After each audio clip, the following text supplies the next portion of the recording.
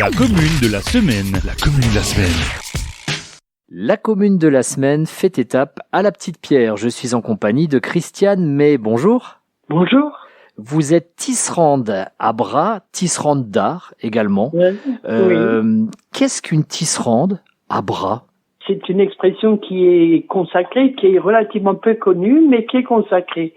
C'est un artisan qui travaille sur un métier à tisser traditionnel, activé à bras, donc activé manuellement, sans aucune mécanique moderne, d'où le terme de tisserand à bras. Oui, parce que c'est une technique qui est très très ancienne. Quand on pense au tissage, on pense à l'Odyssée, vous savez, avec Pénélope qui défait son œuvre. Les Égyptiens tissaient déjà le lin, avec des métiers à tisser naturellement qui étaient très très rudimentaires.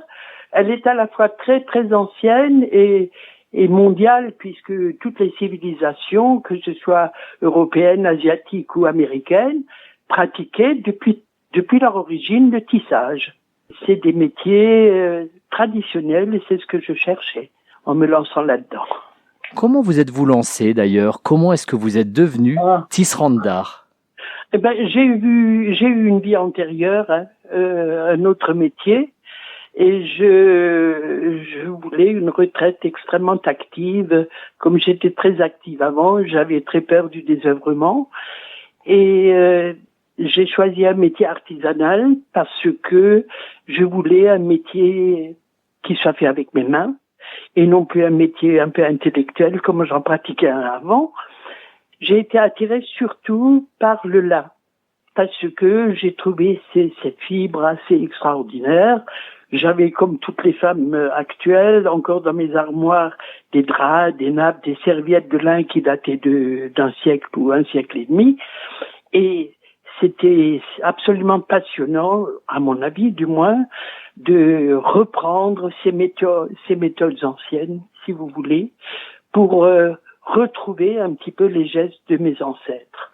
Atelier de Louise, oui. Parce que Louise est une arrière-grand-tante, j'ai même pas tout à fait fait le calcul, qui était tisserande et qui avait fait des choses assez extraordinaires que j'ai retrouvées dans mes armoires. Voilà. D'accord, donc l'atelier de Louise, c'est une référence. À cette jeune femme, oui, qui m'a laissé donc, au-delà de sa disparition, donc il y a presque un siècle et demi, pratiquement 2 siècles, m'a laissé des serviettes, des nappes, des draps assez extraordinaires. Voilà, j'avais envie de faire pareil.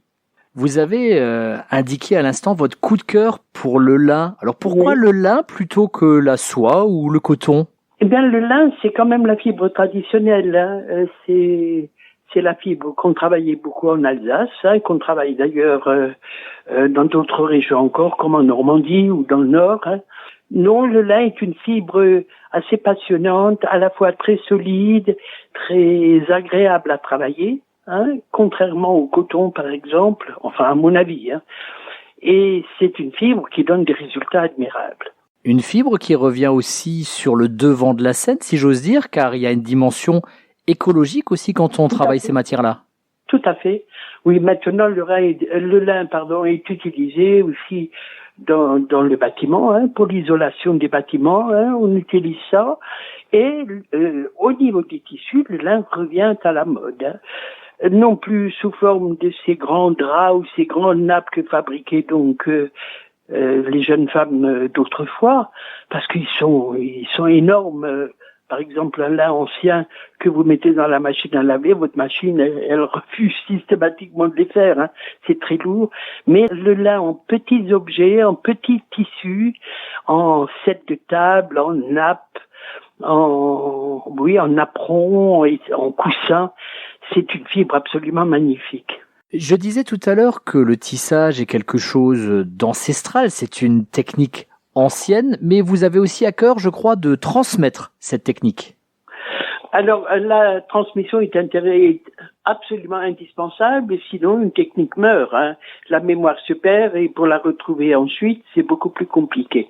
Alors, la transmission se fait par le biais d'ateliers de tissage qui peuvent être faits chez moi, là, dans mon atelier, donc ouverts à tout adulte désireux de se former avec des stages qui peuvent être de 8 jours ou 2 jours séparés, peu importe, mais avec une initiation progressive, puis un approfondissement des techniques. Et d'autre part, la diffusion se fait aussi par le biais d'ateliers de tissage pour enfants. J'ai commencé cette année à faire ça à l'école primaire de la Petite Pierre, aux élèves de CE1, CE2, CM1, CM2, avec du tissage donc très simple. Il n'y a plus de métier mais des cadres de tissage simplement. Et c'est assez magnifique de voir que les enfants, ils se mettent ils apprennent de façon très très intuitive. C'est très agréable à faire. Voilà. Donc ça, la diffusion, je m'efforce de l'assurer. Le travail se fait avec les enfants, non pas sur des fibres fines comme le lin, mais sur des fibres plus épaisses pour que ça avance un peu plus vite, parce qu'ils aiment bien quand ça avance vite. Donc, avec de la laine, ils tissent la laine, et ça donne des choses tout à fait intéressantes. Le fait de pratiquer un art ancien n'interdit pas la modernité. D'ailleurs, je crois que vous avez amené une touche de lumière dans vos créations. Oui, alors mon ambition était d'associer les méthodes ancestrales avec de la haute technologie ou de la technologie avancée pour ne pas être trop ambitieux. Et en particulier, j'ai intégré dans mes tissages de lin du tissage de fibre optique. La fibre optique, comme tout le monde le sait, transmet la lumière, donc est éclairée, diffuse de la lumière avec des couleurs, des rythmes à choisir, à définir. Et cette fibre optique, donc je la tisse avec le lin et en y ajoutant une technique de production de lumière. Alors j'ai mis au point une technique avec un petit générateur, des résistances électriques, en fait des trucs un peu compliqués. Et j'ai déposé d'ailleurs la méthode auprès de l'INPI. Le résultat m'a donné ce que j'ai appelé le lin lumière.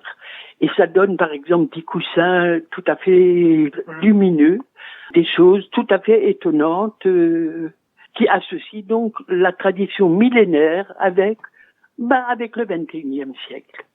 Il faut également avoir des outils pour bien travailler. Un métier à tisser, c'est pas quelque chose qu'on trouve à tous les coins de rue. Ah non, le métier à tisser, alors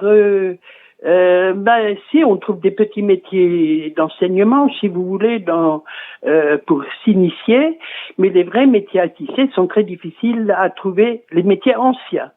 Alors j'en ai acheté un chez un artisan qui travaillait beaucoup le lin, qui a malheureusement disparu maintenant, auquel je rends hommage d'ailleurs.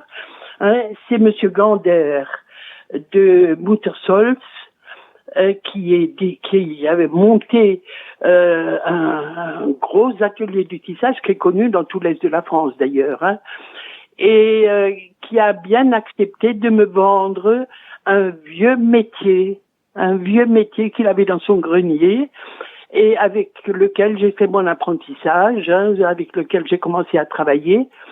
Mais c'est un petit métier encore, assez peu, il fait 80 cm de large, donc c'est assez modeste.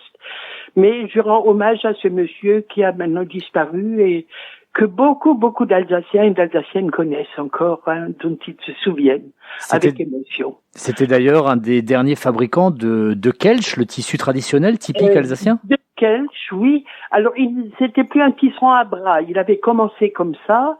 Il avait un atelier de métier assez extraordinaire. Je ne sais pas ce que sont devenus ces métiers, mais c'était un type absolument génial et très, très sympathique. Donc, quand j'ai commencé, je suis allée trouver, je dis, vous avez pas un vieux métier dans votre, quelque part? Ah ben non. Ah ben si, attendez, il disparaît, il revient une heure après, avec un petit métier à bras, donc, sur lequel je travaille encore. Christiane May, l'atelier de Louise à La Petite Pierre. Merci beaucoup. Je vous en prie avec plaisir.